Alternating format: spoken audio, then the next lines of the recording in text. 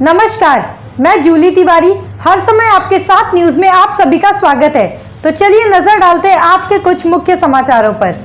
कल्याण के योगीधाम में city park प्रकल्प बना जलमग्न। स्मार्ट सिटी पार्क से 112 करोड़ रुपए पानी में। 4 साल से आ रहे बाढ़ के लिए जिम्मेदार सिटी पार्क।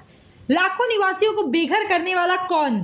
कल्याण पश्चिम के योगीधाम क्षेत्र में सिटी पार्क प्रकल्प जलमग्न हो गया है। स्मार्ट सिटी पार्क के इस प्रकल्प पर करीब 112 करोड़ रुपए खर्च किए गए थे, लेकिन अब यह प्रकल्प बाढ़ के लिए जिम्मेदार ठहराया जा रहा है, जो पिछले 4 सालों से लगातार आ रही है।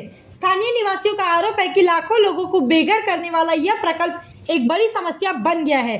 अंबरनाथ, उल्लासनगर और कल्याण से बहकर आने वाली वाल्दुनी नदी पहले से ही प्रकोप का सामना कर रही थी और अब इस सिटी पार्क प्रकल्प ने उसकी छाती पर और भी दबाव डाल दिया है।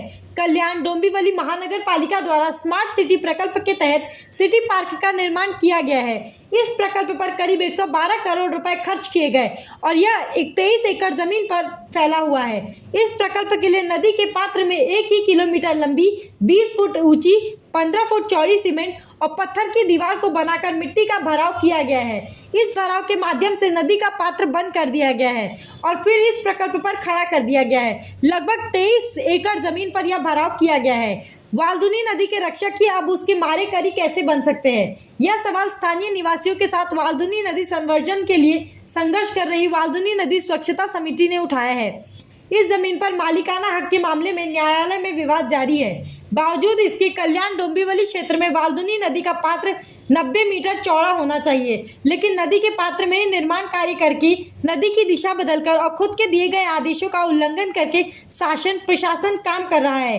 कल्याण पश्चिम योगीधाम स्थित गुरु आत्मन संकुल के निकट स्मार्ट सिटी पार्क के निमित्त नदी पात्र के नियमों का उल्लंघन करके भराव किया गया है। नैसर्गिक प्रवाह को मोड़कर और नदी के पात्र के बीच में ही संरक्षित दीवार खड़ी करके महानगर पालिका द्वारा ही अतिक्रमण किया गया है।